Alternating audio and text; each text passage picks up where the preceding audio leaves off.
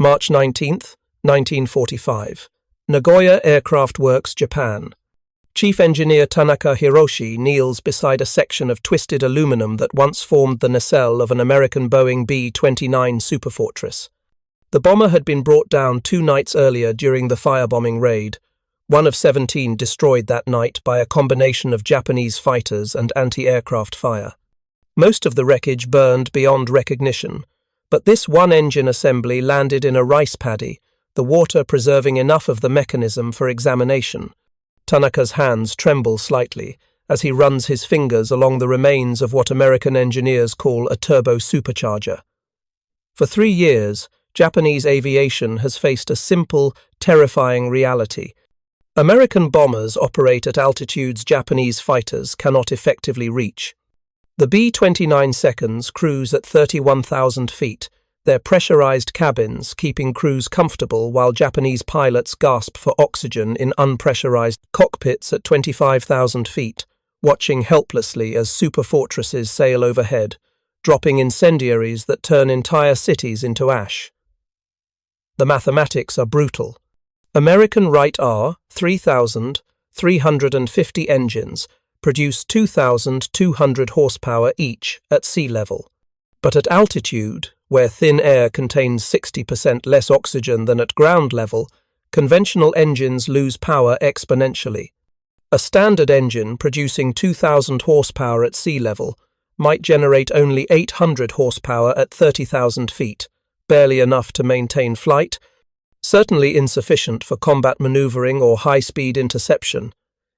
Yet the B-29 seconds maintain full combat capability at these heights. They climb, they maneuver, they fight.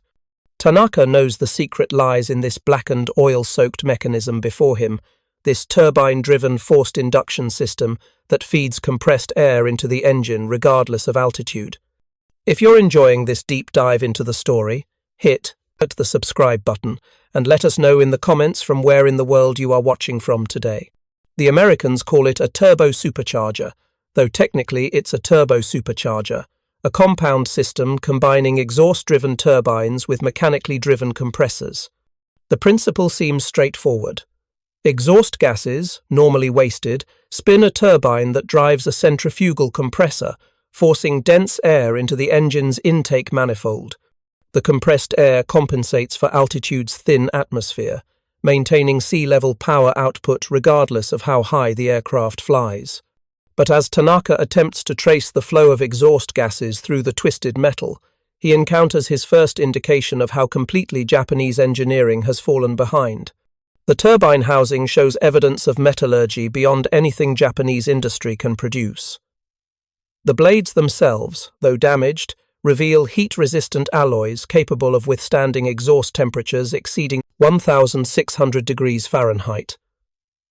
Nakajima Aircraft Company, Japan's most advanced engine manufacturer, lacks both the materials and manufacturing processes to create such components.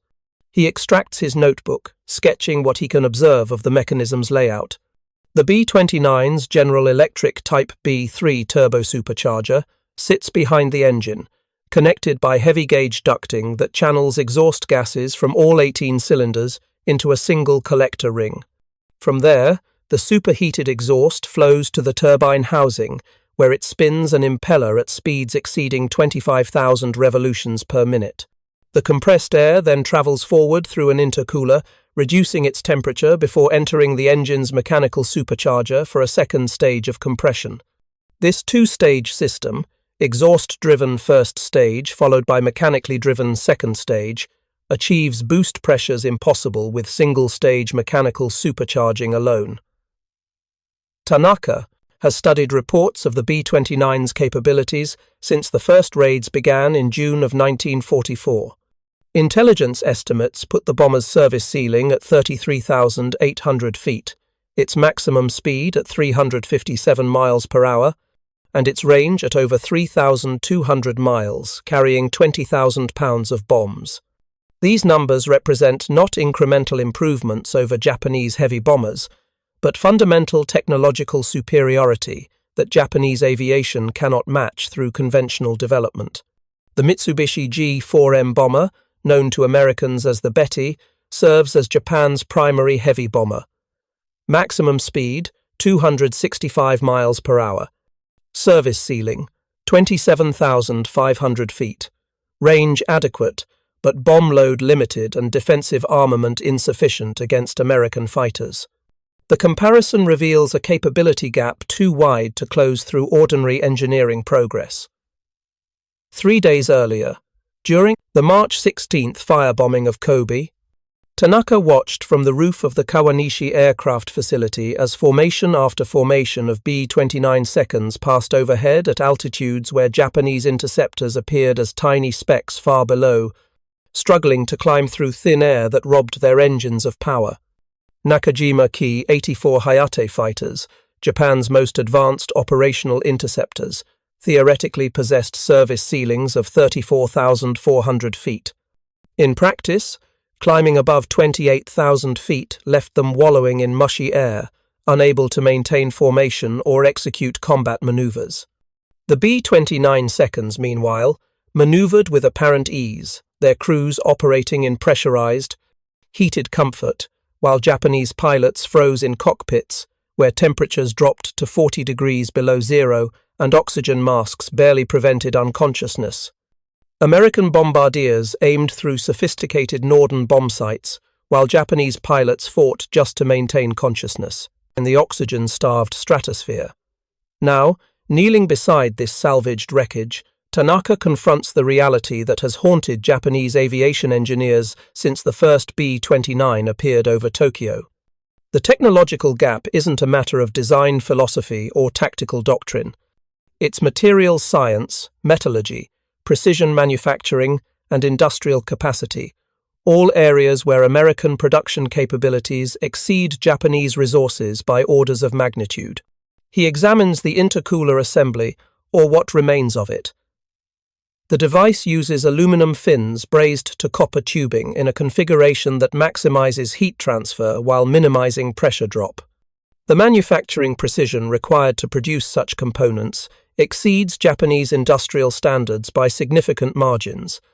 Even if Nakajima's engineers could design an equivalent system, Japanese factories lack the tooling and quality control necessary to manufacture it in quantity.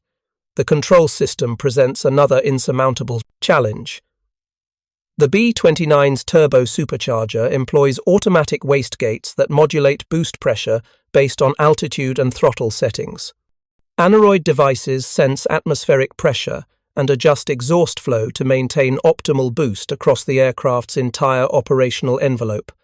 Japanese engineers understand the principles, but lack the precision instruments and actuators necessary to implement such systems reliably. Tanaka's assistant, young engineer Yamamoto Kenji, arrives with additional tools and a portable microscope. Together, they begin the careful process of sectioning key components for metallurgical analysis. What they discover over the following hours confirms Tanaka's worst suspicions. The turbine blades use nickel-chromium-cobalt alloys, with compositions Japanese metallurgists can identify but cannot duplicate.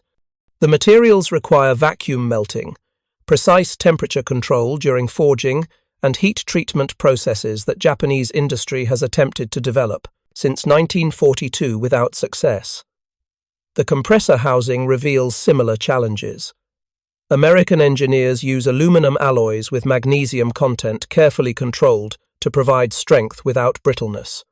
Japanese aluminum production, hampered by resource shortages and less sophisticated refining processes, consistently produces material with impurities that cause premature failure under the thermal and mechanical stresses of turbo-supercharger operation. As the sun sets over Nagoya, Tanaka compiles his initial observations. The B-29's turbo-supercharger represents not a single technological breakthrough, but a cascade of innovations across multiple engineering disciplines. Extracting the system's secrets would require reverse engineering not just the device itself, but the entire industrial infrastructure that makes its production possible. The irony cuts deep. Japanese engineers understood turbo-supercharger theory before the war began. Nakajima and the Technical Division of Imperial Army Headquarters initiated Turbo-Supercharger development programs in 1942, recognizing that high-altitude performance would prove critical in any Pacific conflict.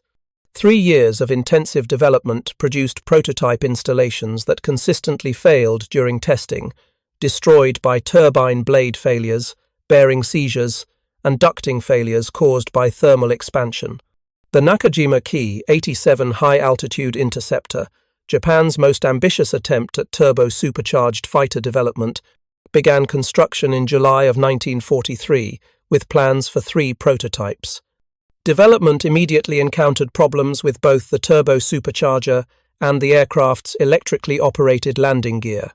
The first prototype wasn't completed until February of 1945, and when it finally flew in April, test pilots reported severe reliability issues.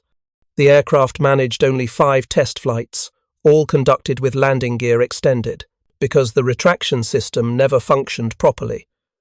Production plans called for 500 Ki-87 fighters to counter B-29 raids.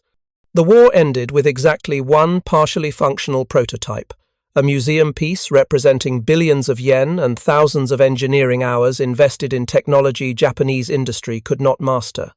The technical division's parallel program, the Tachikawa Ki-94, fared no better, producing paper proposals and wooden mock-ups but no flyable aircraft before Japan's surrender.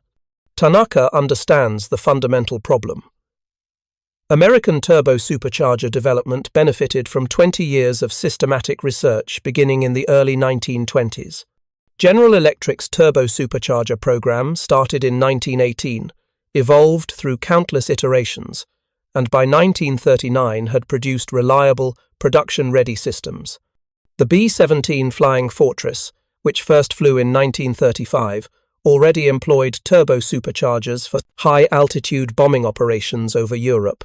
Japanese development, starting from scratch in the early 1940s, attempted to compress 2 decades of American research into 3 years, while fighting a total war that consumed every available resource. Nakajima's engineers faced material shortages, inexperienced workers, and production demands that left no capacity for the extensive testing necessary to develop revolutionary technologies. The examination continues through the night. Tanaka and Yamamoto photograph every angle, sketch every visible mechanism, and document every material they can identify. Their report will eventually reach the highest levels of Japan's Aviation Command, where it will join dozens of similar assessments describing American technological advantages that Japanese industry cannot overcome. The next morning, March 20th, brings news of another massive B-29 raid, this time against Tokyo. 334 superfortresses drop over 2,100 tons of incendiaries on the capital, destroying 16 square miles of the city and killing an estimated 100,000 civilians.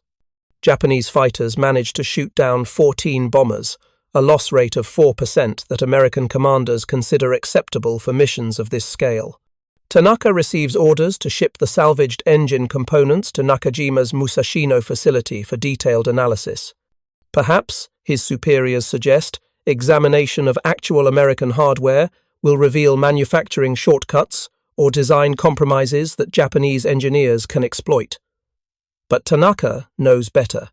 The twisted metal before him represents not compromised engineering, but the output of an industrial system operating at a level Japanese manufacturing cannot approach, even in peacetime. Certainly not during the desperate final months of a war Japan is clearly losing. He thinks of his younger brother, a pilot with the 244th Sentai, who died 3 weeks earlier, attempting to ram a B-29 over Osaka. The official report described a successful attack, crediting his brother with downing an enemy bomber. Tanaka knows the truth. His brother's Ki-84, struggling to reach interception altitude, lost engine power at 29,000 feet and stalled into a fatal spin.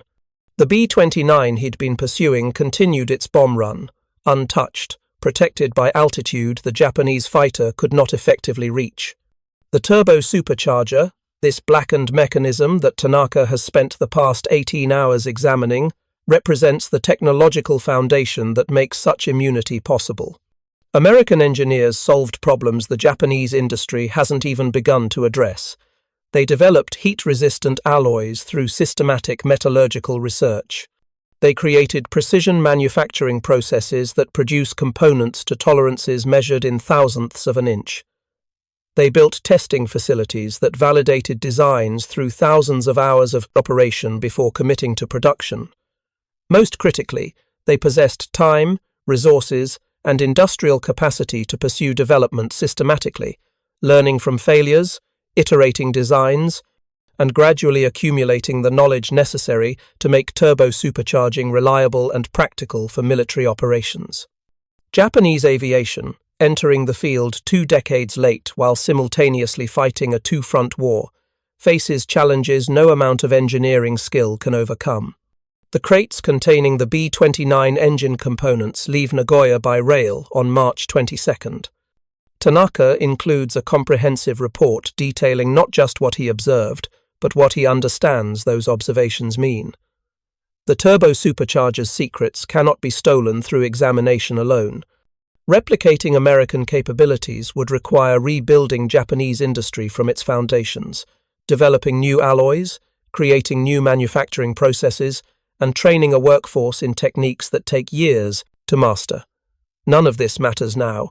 American bombing raids are systematically destroying what remains of Japanese industrial capacity. The Nakajima Musashino engine plant, destination for Tanaka's salvaged components, will be bombed again on April 2nd, its machine shops and assembly lines reduced to rubble. The B-29 seconds deliver their payloads from 30,000 feet, where Japanese fighters struggle to reach them. Protected by the same technological advantage, Tanaka spent 18 hours documenting in twisted metal and scorched aluminum. The salvaged engine components arrive at the Nakajima Musashino facility on March 25, 1945, 3 days before the plant suffers its penultimate bombing raid. Chief metallurgist Sato Takeshi receives the crates with a mixture of professional interest and grim resignation. He has spent the past year attempting to develop heat-resistant alloys for Japan's turbo-supercharger programs, achieving marginal progress against insurmountable obstacles. Sato's laboratory occupies a corner of Building 7, one of the few structures still largely intact after previous raids. His team of 12 engineers, reduced from 38 through attrition, conscription, and bombing casualties, works with equipment that would have been considered obsolete in American research facilities a decade earlier. Their primary spectrometer, imported from Germany in 1937, requires constant calibration and produces results of questionable accuracy. The first turbine blade Sato examines under magnification reveals a surface finish indicating precision grinding beyond Japanese manufacturing capabilities. The blade's airfoil profile, designed to extract maximum energy from exhaust gases while withstanding temperatures that would melt ordinary steel, represents optimization through extensive wind tunnel testing and computational analysis. Japanese research facilities possess neither the wind tunnels nor the calculating machines necessary to develop equivalent designs. Sato begins the destructive testing process, sectioning the blade to examine its internal structure. What he discovers confirms intelligence reports from technical espionage efforts earlier in the war. The Americans employ directional solidification during casting, a process that aligns the metal's crystalline structure along the blade's length to maximize strength and heat resistance. Japanese foundries, lacking the precise temperature control necessary for directional solidification, produce castings with random crystal orientations that fail under thermal stress. Spectrographic analysis reveals the blade's composition. Nickel forms the base, approximately 60%. Chromium adds oxidation resistance, 18 to 20%. Cobalt provides high-temperature strength, 15%. Trace elements, aluminum, titanium, molybdenum, each contribute specific properties. The precise ratios matter enormously.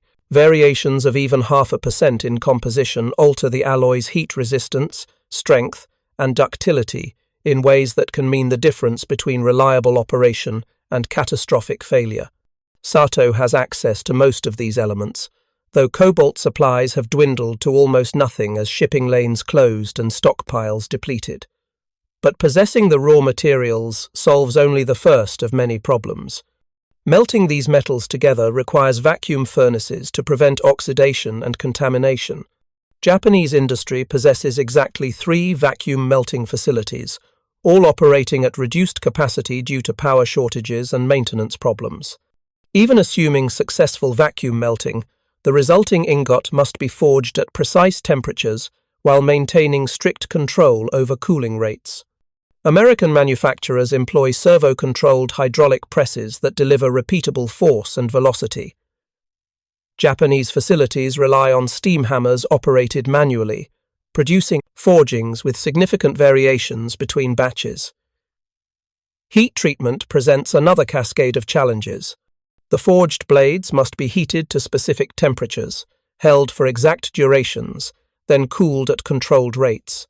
American furnaces use thermocouples and automatic controllers to maintain temperature within plus or minus 5 degrees Fahrenheit.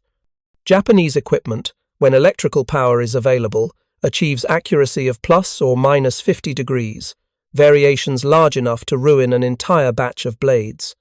Sato's colleague, engineer Watanabe Yoshiro, examines the compressor housing while Sato analyzes the turbine components. The housing's aluminum construction initially appears less challenging than the turbine's exotic alloys, but detailed examination reveals equally sophisticated metallurgy and manufacturing. The Americans use aluminum alloy 356, a silicon-enhanced composition that maintains strength at elevated temperatures while resisting cracking during welding. Japanese aluminum production, hampered by bauxite shortages and less efficient refining processes, delivers material with higher impurity content and less consistent composition. Watanabe has worked with aluminum casting for 15 years, long enough to recognize that the compressor housing's thin walls and complex geometry require casting techniques Japanese foundries cannot reliably execute. The housing was produced using permanent mold casting, not sand casting. The difference matters enormously. Permanent molds produce smoother surfaces, tighter tolerances, and more consistent wall thickness than sand molds. But permanent molds cost exponentially more to manufacture and maintain. American industry can afford such investments because production runs extend to tens of thousands of units. Japanese production, measured in dozens or hundreds, cannot economically justify permanent mold development. If you find this story engaging, please take a moment to subscribe and enable notifications. It helps us continue producing in-depth content like this. Watanabe measures the housing's wall thickness at multiple points using a micrometer. The variations remain within 0.003 of an inch across the entire casting, consistency that Japanese foundries achieve only through extensive hand finishing and inspection. American facilities, employing statistical process control and automated inspection, produce such precision as a normal output of their manufacturing systems. The bearing assemblies that support the Turbo-Supercharger's rotating shaft present another technological gulf. The Americans use specially developed roller bearings designed to operate at temperatures exceeding 400 degrees Fahrenheit while spinning at 25,000 revolutions per minute. Each bearing requires precision, grinding of rollers and races to tolerances of 1/10,000th of an inch, dimensional accuracy. Japanese bearing manufacturers struggle to achieve even for conventional applications. Sato's team spends 3 days documenting every aspect of the salvaged hardware they can measure, analyze, or photograph. Their final report, compiled on March 28th, runs to 87 pages of technical drawings, metallurgical analyses, and engineering assessments. The conclusions are uniformly pessimistic. Replicating the B-29's turbo-supercharger system would require industrial capabilities Japan does not possess and cannot develop during wartime conditions. The report identifies specific obstacles. Material composition can be approximated but not matched without better refining processes. Casting techniques can be understood but not implemented without equipment. The Japanese industry lacks resources to build. Heat treatment requirements can be documented but not achieved without automatic controls and reliable electrical power. Precision machining specifications can be measured but not met without better machine tools and more skilled machinists than currently available. Most damning, the report notes that even if solutions to every individual challenge could be found, integration of those solutions into a functional, reliable system would require extensive testing under conditions that simulate actual flight operations.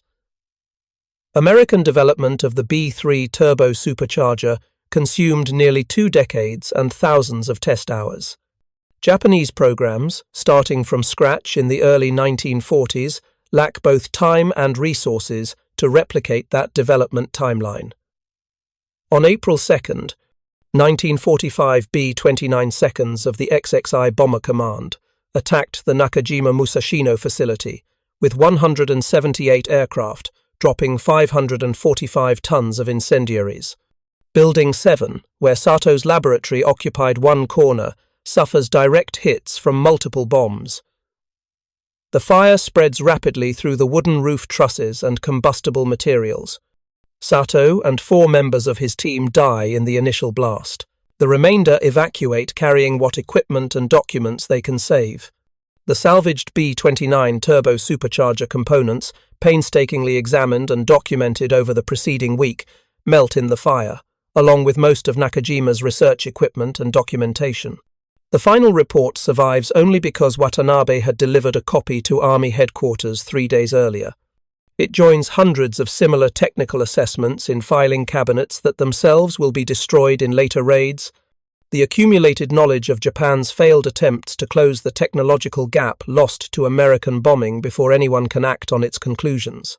The Nakajima Ki 87 program, already moribund due to turbo-supercharger development failures, officially terminates in May of 1945. The single flyable prototype, which never achieved satisfactory performance during its 5 test flights, sits abandoned at Chofu Airfield when American occupation forces arrive in August. Technical intelligence teams photograph the aircraft, noting its superficial resemblance to American turbo-supercharged fighters like the P-47 Thunderbolt. But examination of the Ki 87's engine installation reveals crude fabrication, unreliable components, and design compromises forced by manufacturing limitations. American engineers compile detailed reports on Japanese turbo-supercharger development efforts, documenting a technically competent design philosophy undermined by inadequate materials, insufficient manufacturing precision, and lack of time necessary for proper development. The reports note that Japanese engineers clearly understood the principles of turbo-supercharging, demonstrating theoretical knowledge equivalent to American counterparts. But theory, without supporting industrial infrastructure, produces prototype hardware that barely functions, certainly cannot be manufactured in quantity, and never achieves the reliability necessary for military operations. The B-29 offensive against Japan continued through August of 1945, ultimately delivering 161,000 tons of conventional bombs, plus 2 atomic weapons. Strategic Bombing Survey analysts later calculate that the incendiary campaigns destroyed approximately 40% of Japan's 66 largest cities, eliminating industrial capacity faster than conventional invasion could have achieved. The B-29's high-altitude capability, made possible by turbo-supercharging, proved decisive to this effectiveness. Flying above the reach of most Japanese fighters and anti-aircraft artillery, the Superfortresses operated with relative impunity, loss rates averaging less than 2% per mission. Japanese fighters shot down fewer than 400 B-29 seconds throughout the entire war, while American bombers destroyed dozens of cities and hundreds of factories. Japanese engineers understood exactly why they could not counter this advantage. The problem wasn't lack of knowledge or inadequate design skills. It was industrial capacity, materials science, manufacturing precision, and the accumulated experience that comes only from decades of systematic development. Tanaka's 18-hour examination of salvaged wreckage and Sato's 3-day metallurgical analysis both reached the same conclusion. The technological gap was unbridgeable within any time frame relevant to the war's outcome. In hindsight, the disparity becomes even more stark. While Japanese engineers struggled to produce a single prototype with marginal turbo-supercharger functionality, American industry manufactured over 3,800 B-29 seconds between 1943 and 1946. Each aircraft carried 4 Wright R-3350 engines with General Electric turbo-superchargers, representing over 15,000 production turbo-supercharger installations that functioned reliably enough for combat operations. Boeing's Wichita and Renton facilities, employing more than 30,000 workers at peak production, delivered completed B-29 seconds at rates exceeding 100 per month. Each bomber represented approximately 55,000 man-hours of labor, coordination of thousands of subcontractors, and integration of technologies ranging from pressurized cabins to remote-controlled gun turrets.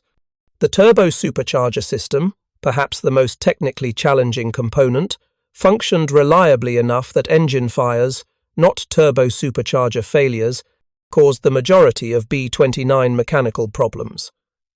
Japanese industry, at its pre-war peak, could not have matched this production scale. Under wartime conditions, with resources depleted, facilities bombed, and skilled workers either conscripted or killed, attempting to develop equivalent capabilities represented industrial fantasy rather than an achievable goal. Yet Japanese Aviation Command continued demanding high-altitude interceptors, and Japanese engineers continued attempting to develop turbo-supercharger technology right up until the war's final weeks. The Tachikawa Ki-94II, a high-altitude fighter design that never progressed beyond wooden mock-ups, called for a turbo-supercharged Nakajima Ha-44 engine producing 2,400 horsepower. The specifications existed on paper, impressive performance numbers that would have given Japanese fighters parity with American high-altitude bombers. But paper specifications mean nothing without manufacturing capability to produce the hardware, testing facilities to validate the designs, and time to work through the inevitable problems that plague any revolutionary technology. American turbo-supercharger development began in 1918 when Sanford Moss, working for General Electric, produced the first successful exhaust-driven supercharger for aircraft applications. 27 years of systematic development followed, solving thousands of technical problems through methodical testing and iteration. The B-29's B-3 turbo-supercharger, the device Tanaka examined in March of 1945, represented the mature end state of this development process. Refined through extensive service on B-17 and B-24 bombers, before adaptation for the R-3350 engine. Japanese development, beginning in earnest in 1942, attempted to compress 3 decades of American progress into 3 years. The attempt failed not through lack of effort or ingenuity, but because some technological challenges cannot be rushed.